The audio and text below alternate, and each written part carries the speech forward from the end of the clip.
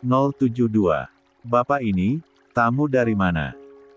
Ayu kan bukan tamu, balas Ayu sambil tersenyum lebar.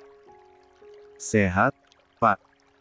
Tanya Ayu sambil menyalami ayahnya itu. Pun dengan Davin yang melakukan hal yang sama. Alhamdulillah Bapak sehat. Kamu gimana, Yu? Sehat. Katanya lagi hamil, ya. Ngidamnya parah gak? Balas Pak Lukman dengan banyak pertanyaan sekaligus. Alhamdulillah, Pak. Gak terlalu parah sih, cuma kadang mual kalau cium bau-bau tertentu, jawab Ayu. Syukurlah. Semoga kamu dan calon cucu Bapak sehat terus ya. Semoga Bapak juga diberi umur panjang biar menyaksikan pertumbuhan cucu Bapak, timpal Pak Lukman penuh harap. Amin. Semua yang ada di meja makan kompak mengaminkan. Bapak makan dulu, iya. Mumpung belum diberesin. Kata Bu Rati sambil mengambil nasi dan lauknya untuk sang suami. Melihat kekompakan yang diperlihatkan keluarga Ayu kini, Davin merasa ikut bahagia. Namun jauh dari dalam lubuk hatinya, ia merindukan suasana serupa di keluarganya sendiri. Suasana yang cukup mustahil karena keluarga Davin yang terlalu silau oleh materi dan mencoba untuk saling menjatuhkan. Menginap semalam di rumahnya sendiri, sudah membuat Ayu begitu bahagia. Namun, meski begitu, ia tetap harus ikut kembali ke rumah sang suami dan tinggal di sana. Apalagi pagi ini Davin akan kembali bekerja dan 57. Besok-besok akan isibukkan dengan persiapan syukuran. Seperti fitting baju pengantin dan segala macam tek-tek bengek yang lainnya. Mas langsung berangkat, ya. Kamu baik-baik di rumah. Jangan lupa vitaminnya diminum. Sama susunya juga. Biar ibu dan bayinya semakin sehat, tutur Davin tak lama setelah sampai kembali di rumahnya. Iya. Mas juga hati-hati kerjanya. Timpal Ayu yang mengantar Davin ke teras. Setelah mobil yang dikendarai Davin melaju, Ayu lekas kembali masuk. Ia pun langsung berjalan menuju dapur untuk menyeduh susu hamil sebagai pengganjal perutnya yang belum diisi makanan sama sekali. Au, masih panas ternyata. Gumam Ayu saat akan meminum susu itu. Karena dirasa masih panas, ia pun meninggalkan susu itu begitu saja di atas meja makan untuk berganti baju sejenak ke kamarnya. Tanpa disadari, ada sepasang mata yang dari tadi memperhatikan gerak-gerik Ayu. Di saat Ayu pergi, orang itu buru-buru mengambil kesempatan. Dengan mata celingukan, ia memasukkan serbuk obat ke dalam susu lalu mengaduknya perlahan. Setelahnya ia buru-buru pergi lalu mengintip dari kejauhan. Rasain kamu wanita kampungan. Semoga saja obat penggugur kandungan itu bisa membuatmu berhenti bersikap angkuh di rumah ini, gumam Rika dengan sebelah bibir terangkat. Mata wanita parubaya itu pun langsung melebar saat melihat Ayu sudah kembali dan kini sudah duduk di kursi hendak meminum susunya. 58. Di kursi meja makan, Ayu saat itu terduduk. Tangannya sudah terulur hendak mengambil susu ibu hamil yang dipikirnya sudah tak sepanas tadi. Mbak Ayu. Sebuah seruan membuat Ayu langsung menoleh seketika. Tangannya yang sudah terulur mendekati gelas malah menyenggol gelas tersebut hingga isinya tumpah semua. Tentu saja hal itu karena Ayu refleks merasa kaget. Dari arah ruang lain, Nuri sedang berjalan hendak menghampiri dirinya. Dipanggil kakek, kata Nuri saat sampai di hadapan Ayu. Ya ampun, tumpah ya, Mbak. Maaf. Ya, lanjutnya sembari menatap genangan susu di atas meja. Iya nih, Mbak, kesenggol, jawab Ayu sambil bangun dan mengambil lap.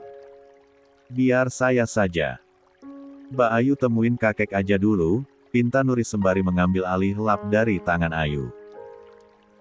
Makasih ya, Mbak, balas Ayu sambil berjalan hendak meninggalkan area ruang makan. Dari tempatnya bersembunyi, Rika menghentakkan kakinya kesal karena susu yang sudah dicampur obat penggugur kandungan itu malah tumpah dan tak jadi diminum Ayu. Padahal, ini kesempatan terbaiknya yang jarang ada lagi. Malah gagal. Kesalnya. Ada saja halangannya, gerutu Rika dengan tangan mengepal. Nyonya lagi apa? Rika langsung melonjak kaget saat mendengar suara Mbok Sumi yang baru pulang dari pasar. Menenteng banyak sayuran dan belanjaan lainnya. Ngagetin aja. Sentak Rika dengan mata melotot. Setelahnya ia lekas pergi dari sana dengan perasaan dongkol yang menasi membuncah. Sementara Mbok Sumi hanya geleng-geleng kepala melihat kelakuan majikannya tersebut. Keningnya berlipat-lipat karena merasa aneh dengan tingkah wanita yang kini tak secantik dulu. Namun sesaat kemudian, matanya tertuju pada Nuri yang masih mengelap meja makan. "Kenapa Mbak Nuri?" tanya Mbok Sumi sambil menghampiri. "Ini Mbok, susu hamil Mbak Ayu tumpah," ungkap Nuri apa adanya. "Oh walah, kok bisa?" Mbok Sumi kembali bertanya. Meski pikirannya mulai berkelana. Apa ini ada hubungannya dengan Nyonya Rika tadi? Batinnya menduga-duga. "Kakek panggil Ayu." Ayu yang baru masuk ke dalam kamar Pak Damar langsung bertanya sambil menghampiri laki-laki sepuh tersebut. "Iya. Kakek kelupaan tadi mau bilang sama Davin. Siang nanti jangan lupa fitting baju buat acara nanti. Tadi pagi-pagi sekali pihak WO telepon kakek. Katanya telepon ke nomor Davin gak diangkat-angkat," beber Pak Damar. 59. Pemilik wedding organizer yang mengurus semua persiapan acara Ayu dan Davin memang anak teman Pak Damar. Hingga tak heran jika Pak Damar pun ikut serta mengontrol kesiapan dalam persiapan tersebut. "Oh, iya, Kek. Sepertinya tadi Mas Davin lagi di jalan, nanti Ayu kasih tahu kalau sudah sampai kantor," jawab Ayu. Pak Damar mengangguk antusias. "Jangan lupa nanti siap-siap. Karena Davin pasti pulang dulu buat jemput." Kini giliran Ayu yang mengangguk. "Kakek mau makan sekarang?" "Sudah mau jam 8 loh," tanya Ayu perhatian. "Kakek sudah sarapan dari tadi. Minta Riki buat beliin bubur ayam ati ampela." "Tiba-tiba saja pengen makan bubur," jawab Pak Damar sambil tersenyum lebar. "Masya Allah, Ayu senang sekali kakek semangat sarapan," tukas Ayu dengan senyum mengembang. "Iya dong, kakek kan mau tetap sehat biar nanti bisa main-main sama cucu kakek," timpal Pak Damar dengan mata berbinar. Setiap kali membayangkan calon cicitnya itu, Pak Damar selalu merasa bahagia dan semangatnya untuk hidup lebih lama selalu tumbuh. "Insya Allah kakek akan selalu sehat," balas Ayu sambil tersenyum manis. "Amin." Pak Damar menyahut pendek. "Oh, iya. Coba lihat, ada yang aneh gak?" lanjut Pak Damar antusias. Ayu mengernyit menatap kakek dari sang suami. Mencari-cari keanehan yang diminta ditebak Pak Damar. Hingga matanya tiba-tiba membulat saat menyadari jika kakeknya itu kini sedang duduk di atas sofa. Bukan di kursi roda seperti biasa. Masya Allah. "Kursi rodanya kemana, Kek? Kakek sudah bisa jalan?" tanya Ayu memekik kaget bercampur bahagia. "Tuh kursi rodanya kakek simpan jauh-jauh. Biar gak ketergantungan lagi." Pak Damar menunjuk kursi roda yang ada di sudut ruangan. "Alhamdulillah kakek sudah bisa berjalan, meski masih pelan-pelan," lanjut Pak Damar dengan rasa bangga. "Masya Allah, alhamdulillah. Ayu ikut senang Kek. Nanti kalau kakek sudah bisa berjalan normal seperti biasa, kita olahraga bareng ya," kata dokter. "Ayu juga harus tetap olahraga tipis-tipis meski hanya jalan pagi," ujar Ayu bersemangat. "Siap." Nanti kakek temenin jalan pagi keliling komplek, balas Pak Damar tak kalah bersemangat. Siang ini, Davin benar-benar menjemput Ayu untuk melakukan fitting baju. Dia menyempatkan diri di waktu luangnya saat jam istirahat tiba. Sudah siap, sayang? Tanya Davin saat melihat Ayu sudah menunggu di teras. Ayu mengangguk lalu menerima uluran tangan Davin untuk menuntun tangannya selama berjalan menuju mobil. Seperti biasa, Davin selalu membukakan pintu mobil untuk sang istri dan membantu istrinya itu masuk ke dalamnya dengan begitu hati-hati. Sudah makan siang? Tanya Davin saat mobil sudah melaju. 60. Ayu menggeleng. Kata Mas kan jangan makan siang dulu. Hehe, iya. Kita makan siang bareng, iya. Jarang-jarang kan punya waktu bersama siang-siang gini, balas Davin yang diikuti anggukan kepala Ayu. Setelah hampir setengah jam, mereka pun sampai di butik ternama. Butik yang menyediakan baju-baju khusus seperti gaun pengantin, gaun ulang tahun, dan gaun untuk keperluan pesta dan lainnya. Pak Davin, iya. Sapa seorang pegawai butik dengan ramah. Mari, sudah ditunggu, lanjut wanita dengan penampilan rapi tersebut. Dia pun mengantar Davin dan Ayu ke sebuah ruangan di mana sudah ada seorang desainer ternama yang menunggu kedatangan mereka. Halo, selamat siang. Senang sekali orang penting sekelas keluarga Adiputra memesan baju pengantin di sini.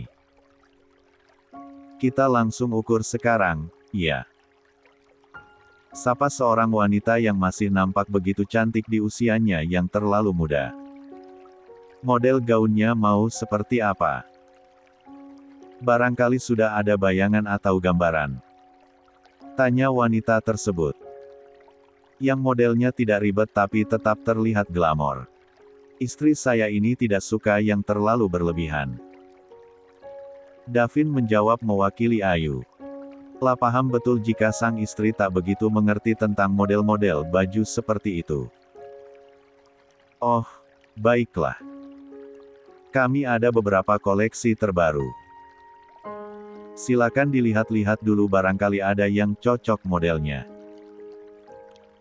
Nanti kami bikinkan sesuai ukuran tubuh istri Anda, tita wanita tadi sembari menggeser pintu lemari kaca di mana di dalamnya sudah terdapat banyak gaun pengantin dengan beragam mode yang cantik-cantik. Setelah Davin dan Ayu melihat koleksi itu satu persatu, akhirnya Ayu memilih sebuah gaun berwarna putih yang ekornya tak terlalu menjuntai panjang. Pun ia meminta agar bagian dada yang lumayan terbuka untuk diubahnya agar tertutup. Tentu karena ia akan menggunakan jilbab saat acara nanti. Sementara untuk gaun satu lagi, Ayu memilih gaun warna salim yang cantik dan tidak terlalu mencolok. 2 gaun cukup? Tanya wanita itu. Cukup. Acaranya memang tidak akan terlalu lama apalagi sampai malam, mengingat kondisi istri saya yang sedang hamil, jawab Davin lantang. Oke, baiklah. 2 gaun dan 2 pasang baju untuk pengantin laki-laki berwarna senada. Dialia. Tukas wanita itu memastikan. Davin mengangguk mengiyakan. Sementara Ayu hanya tersenyum tipis. Dia sudah bisa menebak, pasti harga gaun-gaun itu lebih mahal dari biaya hidupnya selama sebulan. Mau makan siang apa, sayang? Tanya Davin saat keduanya sudah keluar dari area butik. Apa? Iya. Bakso gimana? Timpal Ayu dengan senyum merekah. Bakso. Davin terkekeh mengulang menu makanan yang diminta Ayu. Padahal awalnya, ia ingin mengajak sang istri untuk makan di restoran mewah. Iya. Memang ada yang aneh. Kok malah ketawa? Balas Ayu mendelik manja. Gak mau coba makanan lain di restoran bintang 5 gitu? Enak-enak loh makanannya, tawar Davin. Itu kan menurut Mas. Menurutku belum tentu. Aku malah takutnya rasanya gak sesuai sama lidahku yang 61. Kampungan ini. Kalau bakso kan sudah pasti doyan, jawab Ayu apa adanya. Baiklah. Kalau gitu, mari kita cari kedai bakso saja untuk bumil tercinta, kelakar Davin sambil tersenyum lebar. Pun Ayu yang langsung mengulum senyum. Keduanya pun lalu menikmati bakso di kedai yang letaknya tak terlalu jauh dari butik tadi. Kedai yang terlalu biasa untuk orang sekelas Davin yang masih menggunakan jas rapi lengkap dengan sepatu hitamnya yang begitu mengkilap. Belum lagi mobil mewah yang terparkir di halaman kedai itu membuat para pengunjung lain mencuri-curi pandang pada pria tampan dan mapan tersebut. Lihat deh, Mas. Orang-orang di sini pada ngeliatin Mas loh, kata Ayu pelan sembari menyeruput es jeruk miliknya.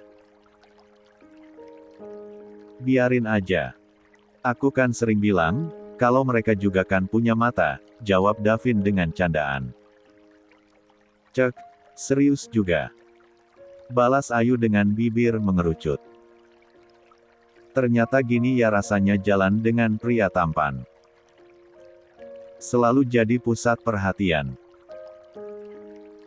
Mungkin salah satu dari mereka ada yang berpikir gini, kok mau si cowok setampan itu sama ceweknya yang sangat biasa, lanjut Ayu yang kadang masih merasa rendah diri. Gak akan. Justru mereka akan berpikir kalau kita pasangan yang sangat cocok dan serasi. Aku tampan dan kamu sangat cantik, jawab Davin dengan senyum merekah. Ia selalu saja bisa menumbuhkan kembali rasa percaya diri di jiwa istrinya itu. Tak ingin membiarkan istrinya itu merasa rendah diri. Bisa aja. Ayu langsung mengulum senyum malu-malu mendengar penuturan sang suami. Tuh, apalagi kalau lagi malu-malu kayak gitu, mukanya sampai merah merona gitu. Cantik sekali. Bikin gemes. Puji Davin membuat wajah Ayu terasa semakin memanas. Ish, gombal banget sih. Balas Ayu. Udah yuk, ah. Pulang. Mas kan harus kerja lagi, lanjut Ayu sambil menatap jam tangan di pergelangannya. Davin mengangguk lalu bangun dari duduknya. Berjalan menuju kasir untuk membayar di tengah-tengah tatapan para pengunjung lain yang masih terarah pada dirinya. Pun saat ia berjalan keluar kedai sambil menggandeng tangan sang istri. Nanti setelah acara syukuran, kita pergi liburan berdua, ya. Hitung-hitung bulan madu. Masa kita belum pernah bulan madu sih, kata Davin saat mereka dalam perjalanan pulang. Gak perlu, Mas. Ketemu di rumah setiap hari juga cukup. Apalagi Mas kan sibuk, tolak Ayu tak enak. Di rumah sama di tempat liburan itu beda dong. Apalagi kita nanti hanya berdua. Bisa lebih romantis dan menumbuhkan rasa cinta jadi makin-makin banyak, jawab Davin. Lagi pula, aku sudah terlanjur mengajukan cuti loh. Sayangkan kalau cuma berdiam diri di rumah saja, lanjut Davin. Ya sudah kalau gitu, terserah Mas saja. Seperti biasa, Ayu akhirnya luluh juga.